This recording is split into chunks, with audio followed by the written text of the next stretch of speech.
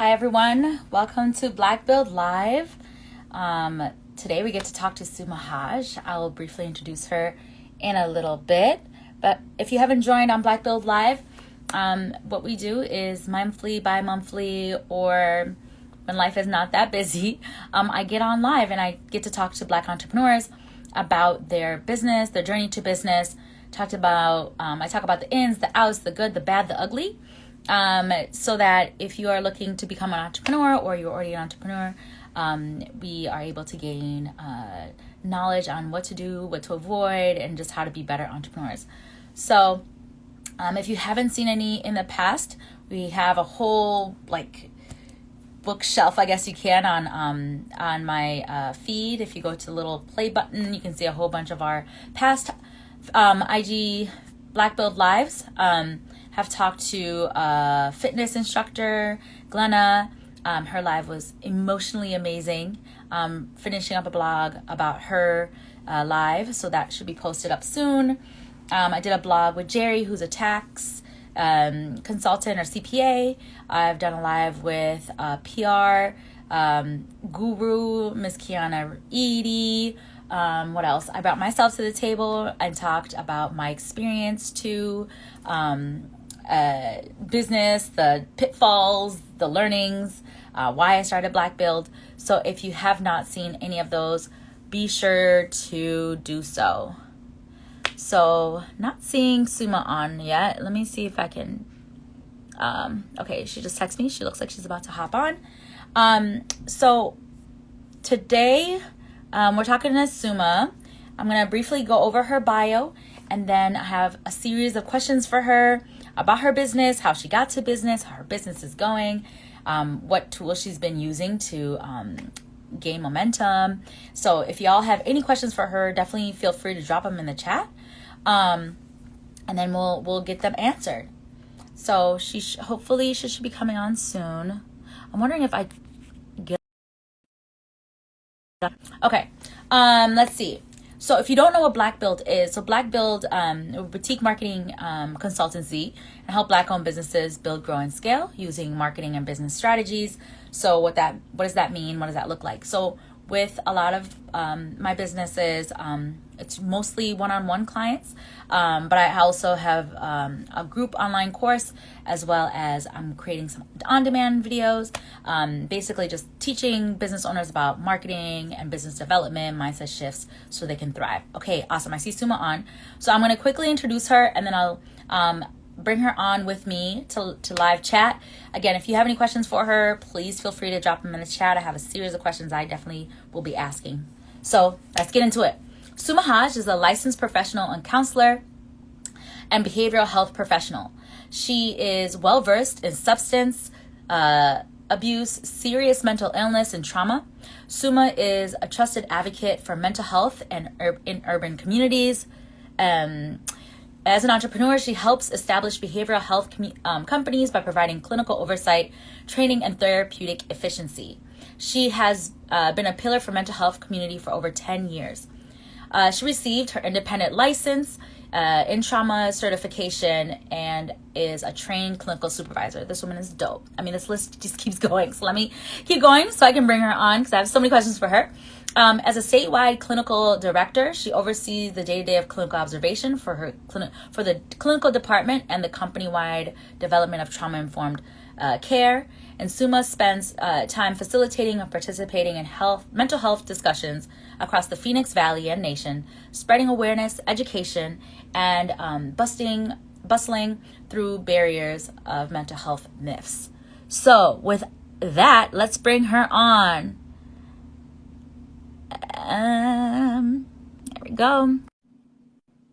She's one of those people who has her name, and then it's like 3 or 4 different letters behind it. Hi, Suma. Like 50 names and letters. I know. I'm trying to make the alphabet suit. Please do it. I'm trying to. At this point, you already have the whole alphabet, but keep going. I root for you. I root for you heavy. Thank you so much for joining us, Suma. Hi, thank you for having me. I'm super excited. Yes. Oh, here's Jerry. Jerry was on BlkBld Live a few months ago. Oh, yes, I remember. So the first question I always love to ask is just tell us your journey. Tell us your journey to business. Ooh, my journey to business was a bumpy one and windy. I didn't really have anyone that's really particularly in my field, or at least the area in which I wanted to take my business. So there wasn't any other, let's say, entrepreneurs that I can necessarily ask that would be able to support me in what I was trying to take my company.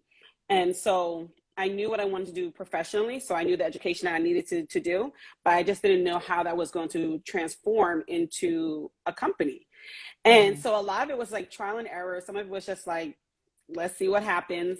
A lot of it was my passion, I think, is what drove me to be successful in the business. Is because I love mental health. I love understanding more about how the mind works.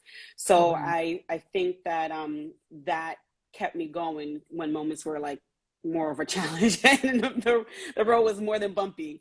So I think that supported me in figuring it out a little bit more. Awesome. So I have more questions about that because I want to dig deeper. But one, before I ask you more questions, I do want to say, so if y'all don't know, Suma was like my first BlkBld client ever. Non-paying, but she's still a client regardless. I was still a client. We will not do that. I'm an OG, okay? But no, it's huge. Like when you're first starting business, sometimes you just have to create a minimum valuable product and reach out to your family and friends and say, hey, do you mind if I just try out my frameworks and try out what I'm developing as a business to see if it's effective? So I'm really thankful for that, because without you, I wouldn't have been able to be like, okay, this is what I've done. This is how phenomenal it is. This is how amazing she's doing. So to flip it on to you is like, how did you get your first client? How did you do that? So my first client, so I have two different demographics, as what I like to say. So I have my private practice, and then I also have my company clients. So the way that I got my private practice clients was through two different platforms. One, my website, and just like kind of like handing out my cards through word of mouth. And I'm also on Psychology Today. So that assisted me with developing that area of expertise. And then I also have my company clients, and that actually just started through word of mouth. Like there was no other advertisement. It was really just like, oh, I have this dope person that will really be able to assist you, and she does this. And then clients build up from there through company wise. And then my therapy clients, my individual clients is what I call them. That became also through a lot of word of mouth. And then as well as seeing on Psychology Today, which is a great platform to use. And I highly recommend it. So use of that has definitely assisted me with developing my client base that I have now. That's huge. I found my therapist through Psychology Today, so I love that place a lot. Yes. So it sounds like you have 3 businesses. Let's hear this. How? How? What are they each? Tell us about each one. Okay, so I have like 50 million businesses. It needs to stop. So my initial one is individual counseling. That is definitely has always been my heart. That's kind of allows me to maintain my reasoning for going into this field in the first place, which was counseling. I love talking to people. I love sitting one-on-one and helping people figure out the things that they are struggling with, right? Their issues, and helping them to understand that there is a way out, and you can get through this because usually you go into therapy because you feel like there's no way out. So me being able to help support and guide individuals with that has always been a passion of mine. So I maintain a very small practice currently, and then my other job is, or I guess my other side of my company is supervision. So I do provide supervision to individuals who are attempting to get their independent license, which is LAC, which is licensed associate counselor, LMSW, licensed master social worker. I can work with LASAC, which is licensed associate substance abuse counselor. So there's a wide range of supervision that I can provide, and that is more of a one-on-one. So I sit and help them develop their therapeutic orientation, right? To find their way of counseling, their way of doing things in the mental health and substance abuse field. And I support and guide them through that, not just educationally, but also providing through my personal and professional experiences and things that I have gone through throughout the years in this field. So I help support individuals looking for that. And then my other side is I guess I'm making a cube at this point. So my other side is working with startup companies. So I work with startup behavioral health companies here in Arizona, and we assist them in being able to get licensed. So the way that Arizona works, in order to open a behavioral health field, you have to have an independently licensed person. So I am contracted in. They call me in to be able to review their documents, their policies and procedure manual. I make sure that they have my license information to be able to even be licensed in the first place, ensure that their clinical practices, their trainings, their best practices are all where it's supposed to be and up to standards. So I review that. I do supervision with their staff. I review all their assessments, their service plans or documents. I do the revocation for some of the agencies depending on what they specialize in. And they call me in to do that. I also do support with their billing support if they need that as well.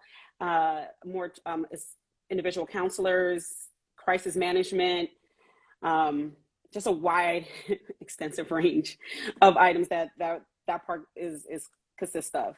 So that's my 3 businesses. How do you manage all of them? You're also a mother. Yes. So that is my first job. Right. How do you manage? So you said, okay, you have a small practice. So meaning you have just a few one-on-one clients for therapy. Mm-hmm. And then for supervision, what kind of tools are you using to manage all of that? So I'll move over to better lighting so that you guys can see me and my smile is a little bit more. So managing the most. I like to smile, so you guys are going to see a lot of that. Don't worry. So for me, I would say it's hard. So even like right now, I'm working with my daughter. She is amazing. I couldn't be more blessed and couldn't be more lucky to have a wonderful daughter. And I knew that she was going to be understanding about what mommy is passionate about, what mommy does, is when I dropped her off to daycare like 5 a.m. She was 10 years old at the time, not 10 years, she was 2 years old at the time. And I'm like, mommy has to go to work. And she's like, oh, to make us more money? And I'm like, yes. But mind you, she didn't, that was a key point for her, right? But it wasn't necessarily about making more money. At that point, mommy was working like about 60 hours a week. I was working 60 hours a week because I was going to school full-time, internship, and I was working full-time, plus taking care of my daughter full-time. So it was hard. So she kind of always grew up as seeing mommy working hard. She never really understood the full concept because I never let her see that part of me. I'm always at every show that she has. I'm at every game she has. I sit down and help her with her homework. I practice with her, and I maintain a very, very healthy work-life balance. So I don't see clients after a certain point of the day. I only see clients on, during the day hours, or I'll see them no later than 6:30, 7:30 at night. And that's my cutoff. But she's also aware. So she knows mommy has clients, and she'll stay upstairs in her room. But I also don't do all that work at night. So I only see clients two nights out of the entire week, and that's it. So every other night is hers. So it's a really balance, and you have to really be diligent and sticking to it, and being able to really be good at saying no. Mm-hmm. And I'll tell clients, like, I'm not doing that, or I'll do them when she goes to bed. So don't send me any emails because you won't be getting a response to like maybe 9 o'clock, 9:30 at night. Don't call me during these hours because I'm with my daughter and that's her time. And she's very aware, and she'll say, but mommy, it's my time. And I'm like, you know what? You're right. They can wait. Yeah. Mm-hmm. Mm-hmm. Whatever the issue is not gonna be solved in the next 30 minutes anyway. So surely won't. Okay, so boundaries are huge. Yes, I'm learning that very much. That's a hard lesson to learn, but boundaries are huge. But in terms of though, like with the consulting startups and supervisory role, I'm assuming all of this is full time. You don't work for anyone else? I do. I'm crazy. I am crazy. Okay, so do you manage this? I'm trying to understand. Do you manage this on Excel? Do you have like a CRM software? Like, how are you able to juggle all Listen, that terms that you just used, I have no idea what any of those letters mean, but it sounded really good. No. So I have a full-time job. I am a clinical director for a behavioral health agency out here. And me being a clinical director, that is a full-time job. It's a statewide position, so that's my full-time job. Even though I'm an entrepreneur, it's very important for me to have insurance. I'm a Right. mother. So that is a boundary that I have to maintain. And I don't ever see myself leaving my full-time job because of the fact that I need to make sure I have great healthy and health insurance for my daughter and for me. If something happens, I need to make sure that I'm not going to go bankrupt because I have to pay an ER visit or whatever, right? So Yep. that's important for me to maintain that. So that's part of my boundaries that I have. And I also be able to maintain and make sure that I have a calendar and that keeps me consistent. I recently just hired an amazing executive assistant, and she is the best thing that has ever happened to me. She Mm-hmm. holds me accountable. She manages all my emails, my calendar. She reminds me of things that I need to get done. And she blocks off times out of my schedule. Like, you're not getting it, you're not doing this, you're not doing that. I'm like, you're right. I need to shut down. Mm-hmm. But again, it all ties into the fact of boundaries. Like, I need to make sure that I'm getting everything done at all points. So I need to have hard stops at certain areas. I need to make sure that I'm focused when I'm doing different tasks, right? And the one big thing that I have in a lot of my companies is that I'm required to have office space in all my locations. So I have currently 7 company clients that I work with, right? While Mm-hmm. managing a full-time job, full-time mommy, and my individual clients. So for me, that's one of the requirements, is that I have office space in all those locations. So when I'm there, if I have to work from home, which is a fortunate part of my position, is that I have that area to be in. So that allows me to be able to have flexibility and be present. Okay, that makes sense. All right. There it is. Do y'all hear this? Suma has an executive assistant. She's trying to keep these gems. Listen, we don't keep gems away from our BlkBld Live now. Don't do that to us. Don't do that. No, Because if at the end of the that is important. day, juggling all of those things and being a really fun, y'all, Suma's a phenomenal mother. I think a lot of the things that we don't talk about as entrepreneurs is that we have help. Like, we need help. We cannot not have help. We will drown, right? So it sounds like your Mm-hmm. executive assistant, in addition to you having boundaries, right? Because that's key. That's Yeah. huge. Helps as Yeah, well. So how did you it find does. that executive assistant? Like, how did you tell her what your boundaries are? How does that relationship work, and how did that develop? So I was my own personal executive assistant for a long time, and Yeah. it was hard balancing all of that and responding to emails. It got really overwhelming. I did it for about a year, and Mm-hmm. once I got to a point in my career and my business that I was able to afford someone that will be able to meet those needs, because you have to be able to, if you want to meet those quality of needs, you're going to have to be able to have people who can, you got to be able to Right. substantiate that payment. So Absolutely. this person came to me highly recommended by my mom, unfortunately enough, because she saw the strain that it was putting on me. She saw the overwhelmness that I was feeling. Yeah. And she recommended this person to me, who was also looking for a job, and someone that was also a young mother. So that was something that we definitely had in common. So Oh, she nice. understood what boundaries were and why they were important. And she also Yeah. understood what it's like to have a strong work ethic. Um, Mm. so that helped me with being able to explain to her what my needs were and what that was going to look like, and to set her up in that capacity. So it was a pretty easy blend. I love that. I love your mom. Can't wait to see her again. Um, okay, so from what I hear, like, one, it's a blessing to have family who support you, and then also know, not only support you like monetarily and give you time, but also know when you need help too, right? So that's Yes. huge. Yeah, How to did see she that and find recognize that. her? Did she used to work with her or something? No, it was someone that she just met, I guess, being out here in Arizona. Mm-hmm. So when I met her, I interviewed her, I vetted her, of course, that's always something big. Make sure that she Yes. understands what my mission is, for Mm-hmm. why I started my company, and understand all the different moving parts of my company. And, of course, you have that part time that you are reviewing what they're doing and how they're providing the services, and are they responding to clients the way that you want them to respond to clients. So there's a lot of things that I observed before Yeah, I was like, I could fully commit to her. So that was one of the benefits of that. I love that. And then do you pay her like hourly, No, I pay monthly salary. monthly? Okay. Yeah, I Okay. pay Good to know. all my employees monthly salary. I have a couple employees. Okay, cool. Um, Tell us about that. I remember we went to brunch. You're like, oh yeah, you and Abe. You're like, yeah, I have employees. You both motivated me to go and hire. So my intern, my baby sister's on here. Actually, I hired her as my intern because girl, I needed help too. Whew, Yes. there's just too much, especially as a student. There's too much balls in the air. So how did you go about hiring your employees? What aspect of the business did they help you with, and how's it going? Um, it went really well. So right now I have 5 employees, which is really good. Most of my employees really kicked off this year. Like this year definitely took um, skyrocketed. So I have employees that focus on billing because that's really not my huge specialty. I have Mhm. an employee that focuses on intakes and doing our assessments and service plans. Another person that does our individual and group counseling. Someone that does our crisis management. And another person that helps assist kind of similarly to what I do as far as supervision. And Mhm. then I have my executive assistant who helps keep all of us on a very tight, fine leash.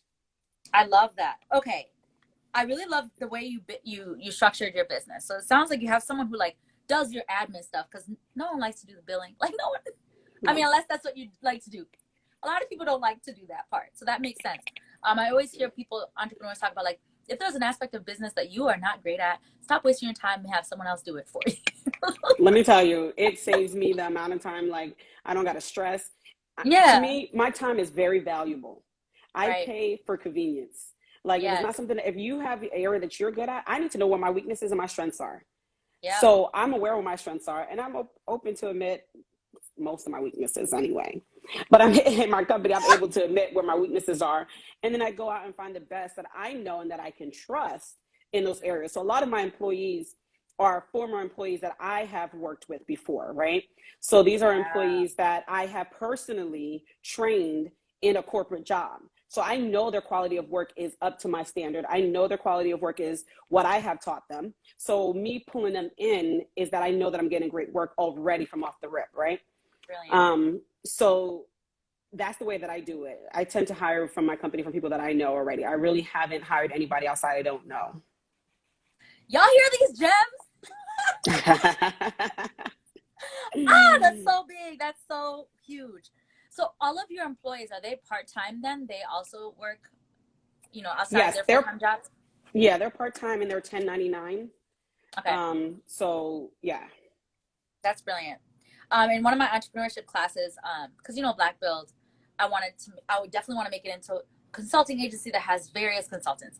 And one of the biggest obstacles of having companies like yours and mine is to scale it. And the best way to scale it is to have other people working with you and for you. So the fact that you're already doing that, I cannot imagine where you're about to be in like 5 years. Like shit, tomorrow. So what's your end goal? Like where are you trying to be at in like 5 years? Oh, 5 years. 5 years, I think I would love to be more and more into the CEO role where I just hire like branches of me going out in different areas, right? Right now, I am licensed in Colorado and I'm working on getting licensed in North Carolina. So my goal Okay. would be to expand my business outside of states than I'm just right now because I'm only right now in Arizona. But the goal would Mhm. be to expand my company into other states. So if it continues to go that way, that would be my goal in the next 5 years to have what I'm doing here and what I've built here in Arizona be the same thing established in several different states that I'm in, working on. So I love so that. far, kind of on track for that. Yeah. So we're hoping so. In 5 years, that will be where we are. Is there a reason why Colorado? Like, what are the reasons behind the cities you're thinking of? Colorado is relatively close by. Behavioral health is not as similar to Arizona. Is not huge on understanding mental health and behavioral health, and so Oh. it is a huge need out there. A lot of individuals, being that Colorado is one of the first states to, legalize marijuana, a lot of individuals have began self-medicating, right? So Mm. that is an area that sees more depression, more anxiety, and they use that to self-medicate. So mental health is a little bit more necessary and a higher need there in Colorado. So that's where I'm going to be headed. I'm already licensed there now, and I'm working on North Carolina because, I kind of miss my East Coast just a little bit. Yeah. So I'm going to be spreading out and going throughout other states too eventually. Yes, come to Wisconsin. Um, even though I'm on my way out. Okay. Um, thank you for that so much. So Of many gems. course. Yeah. If anyone else has questions, definitely drop them in the chat. We'll ask Suma. Um, have you pivoted ever, like throughout the duration of your business? Have you ever pivoted? If so, how did that look like? Um, I've never pivoted, to be honest with you, and I had to really like look and think about that one. Um, when it came to my career, unlike probably some other areas of my life, unlike my career, I always knew what I wanted to do. Since I was 16 years old in high school, I knew that I was going to be a therapist. I knew I was going to be a counselor. I knew I was going to be in this field, and nothing was going to stray me from that. So I always been in this field and always been passionate about it, and I haven't left. And so when I decided to start my business, I took the time that I moved here in Arizona to see what the mental health need was going to be for Arizona and where the areas were that we were lacking. So I knew back in 2019, like around 2019, beginning of that I knew what my company was going to be and how I was going to establish that and how I was going to capitalize off of that. So I already knew, so I hadn't had to pivot or, adjust business types or, make subcategories in those kind of areas. It kind of just branched off. So as my company continued to grow, I just added more things to it, but the umbrella has always been the same. I love that. So, okay, I'm sorry. I'm going to go backwards. At the beginning, you said well, one, you've always wanted to do this business. How did you know it was time to do it? So you said you started in 2019, but how did you know? Like, had you worked for various different companies and you're like, okay, now I know like what works and what doesn't, and I know the way I'm going to move in this area? Like, how did you decide and how did you do it? Well, there was a couple of factors that played a huge role. I had a great mentor, Mr. William Brown. He's amazing. I'm sure you guys know that because I met I him love through YP. him. He's my mentor. Yes, he's an amazing mentor, and he really forced me to really create a business plan and ask me some really challenging questions, right? And so I worked with him for about a year fully and really giving me like hard questions and challenging me to build my business, right? And I had the framework, like I had all the tools, and I was just like, well, what do I do now from here? So he really helped me solidify a lot of the ideas that I wanted to do. And then in 2020, I got my independent license, and that's what was my final thing that I needed was my independent license. So I got my independent license, and I finished with school for like the 1,500th time. Again, in trauma. So I wanted to get a certification in understanding trauma to make that my specialty realm. And I did. So I did all of that in 2020 during the COVID struggle. And so once I got all those factors put together, it was time to go, and it was full steam. Hell yeah. That's huge. Yo, mentorship is everything. Mentorship and like the grit to go keep going, obviously. Like you said, the struggle of 2020, but you use that and you created something beautiful. So that's awesome. Thank you. Okay. Asked that question already. What keeps you motivated? What keeps you going? Keeps me motivated. My baby. My daughter keeps me motivated. She keeps me pushing to always want to be better and do better. Even from me deciding to go back to school for my master's. I went back to school a month and a half after I had my daughter. I went back to school and I was like, I'm going back for my master's. Like I have to give her a great life. I have to do better. So she motivates me to always strive to be a little bit more than what I was yesterday. And having her look up at me and having her say, I'm proud of you. When I finally walked across the stage, she was able to see me do that this last couple of weeks ago. And just seeing her and hug me and tell me, Mommy, I'm proud of you. I was like, I got to embrace these moments before she turns 16 and she hates me all over it, So I'm embracing these moments. So right now, she's my motivator. But no, she'll always be my motivator to do better and be better. Because I want to be her role model. I don't want, as great as Beyonce is, don't get me wrong, Beyonce, you cool and all, but I want to be my daughter's role model. I want her to be like, my mom is her role model. Because my mother's my role model. So that's what keeps me going. I love her. I love you. I'm just so excited for you. Like, man, the fact that you Yeah. have 5 employees and and beyond just your business doing so well, you're helping so many people, right? Live better life, you Yeah, know? that's my biggest thing is clients, right?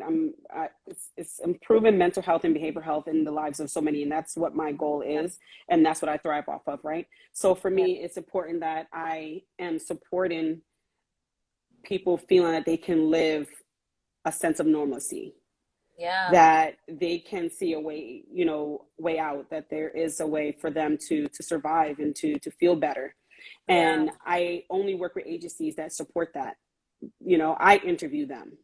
It's not Hmm. them interviewing me to go onto their company. I interview them to make sure that they align with what I believe in and align with what my passion is. And if they don't, then I'm just like, I don't think I'm able to meet your needs. And I have no Yeah. problem saying that.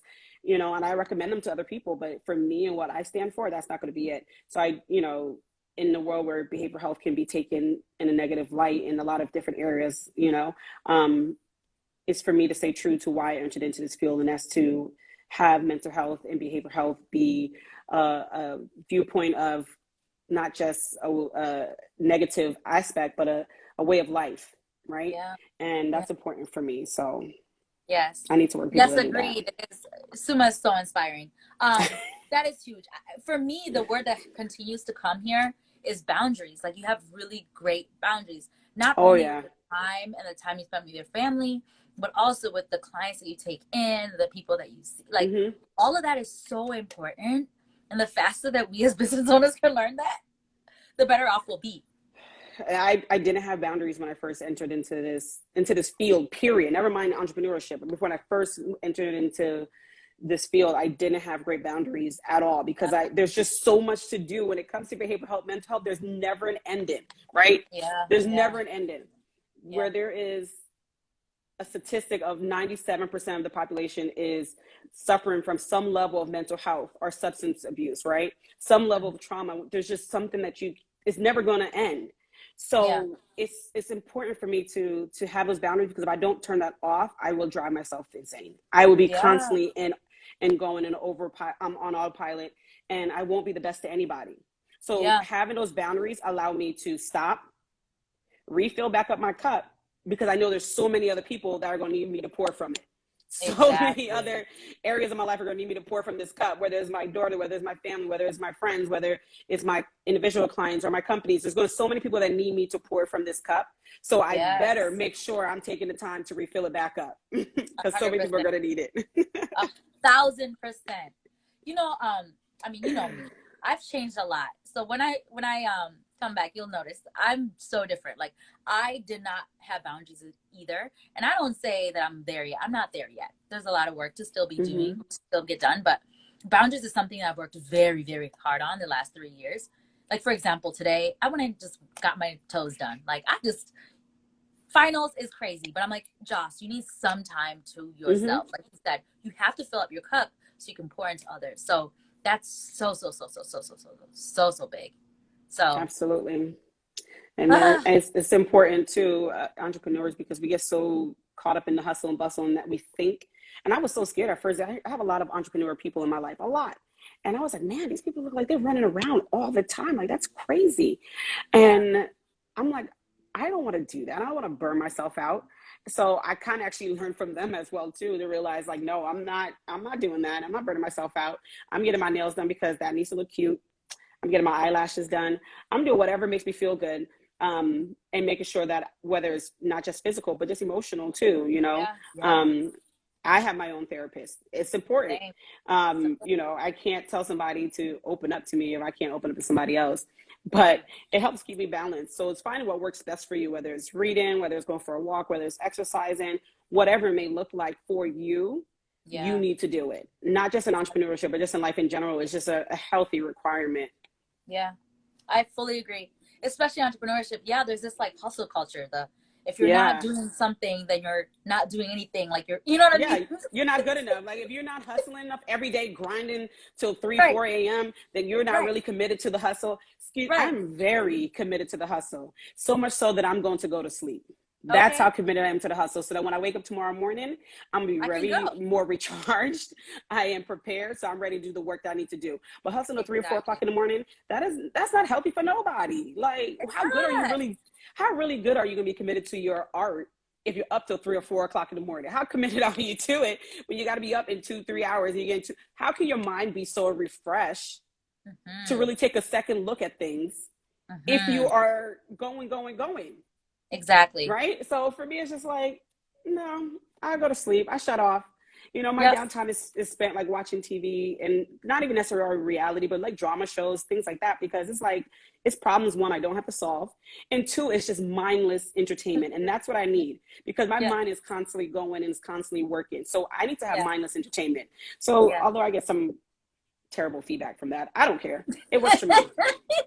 Whatever works for you. Seriously. Yes. Because I was that entrepreneur working till 4 o'clock in the morning and then wake up a few hours later, tired, exhausted, can't even Mm-hmm. focus. So yeah, no, take your time, find your way and do it. That's huge. That's huge. In addition to Mm-hmm. all the other gems. As we turn off, do you have anything else you'd like to share? Any last bit of Um, inspiration, motivation? always, I think it's going to be always find your passion and always know your why. Why are you doing this in whatever capacity, whether it's why you dating this person, or why did you take this job, or why did you turn down this client, or why didn't you do this? Always know your why, because that's going to be your foundation. And if you don't understand why you're doing something, then it's done emptily. And if it's done emptily, then you're not going to be committed and it's not going to be a passion of yours for much longer. Mm-hmm. So to avoid yourself doing that. And the other thing, of course, is self-care. This wise woman made my slogan, my motto, that is called "Self-care isn't selfish." I don't Mm-hmm. know if you know her, but her name is Jocelyn. But that was my motto that she created for me back in I can't. 2018, and it is still on my website, and it's still something that I go by consistently. And everything that I do, that is my slogan. I said it to everybody, every single event that I do, any public speaking engagement I do. Everything says self-care is not selfish. It's not. You're actually doing more for other people by taking care of yourself first.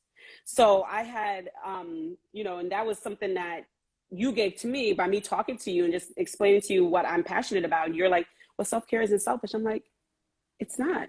It's actually not selfish. And that's kind of where my self-care came from, is by my mommy's mimosas. My mommy's mimosas is an Yeah. event that is just relaxing. We work Yeah. with our mothers. They come in and get some relaxing care, whether it's painting, yoga, art. We do massage therapy, cooking classes. We just do a random bunch of things. Of course, we do it in style with mimosas. Of course. But that's my other part of my fun part of my business, right? And I do that to give back. I don't make any profits off of that part of my business. It's not supposed to be about profit. It's supposed to be substantially just about self-care and taking care of yourself as mothers. So you come in, no children are allowed. That's mostly the most part. But also no children are allowed, because this is where you're supposed to take this one time a month just for Yeah. yourself for 2-3 hours. That's it. And to remember, don't do it and feel guilty, because you shouldn't feel guilty. You Yeah. pour all the time to other people, so this gives you the opportunity to just pour for yourself. So Yeah. create that space for yourself, find out what works for you, and then make that a boundary. If you have to put it Yeah. in your calendar and black it out, if you need to, write it in there and say nails for 3 hours, then do that too. Because most of Yeah. us live by our calendar. That's one thing as a professional. Put it in your calendar, whatever it takes. Make sure you do it. Because ain't nobody Yeah. gonna be like, hey, go get your nails done. No, you got to make sure you make that mandatory, because you're teaching other people how to treat you by what you're doing to yourself. Yes. The gems. So Listen, right after silly. this, I'm about to. I live off my calendar. I'm about to block it sometime every month. It's about to be a reoccurring thing. Yeah. Because that's the problem. It's not reoccurring. It's just whenever I find time. No, Yes. I'm gonna make time. Brilliant, brilliant, Exactly. brilliant. Yo, Suma, thank you so much for coming on BlkBld Live. This was amazing. Of I'm always course. writing notes. I have all these paper pieces of notes in this conversation. I can't wait to see you soon. For those who joined us, Yes. thank you for hopping on. Make sure you Thank you. follow Thank you. Suma. Her handle is here, but it's also, you can also find her on Licensed Mom, the Mm-hmm. Licensed Mom. On What, Facebook and Instagram. Facebook and Instagram, where And else? then my Facebook, Instagram, and then you can also find my website at thelicensedconnections.com. Awesome. All right. Licensed ED and connections with an S.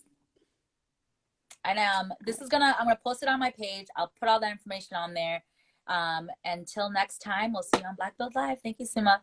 All right, take care. Yeah, bye.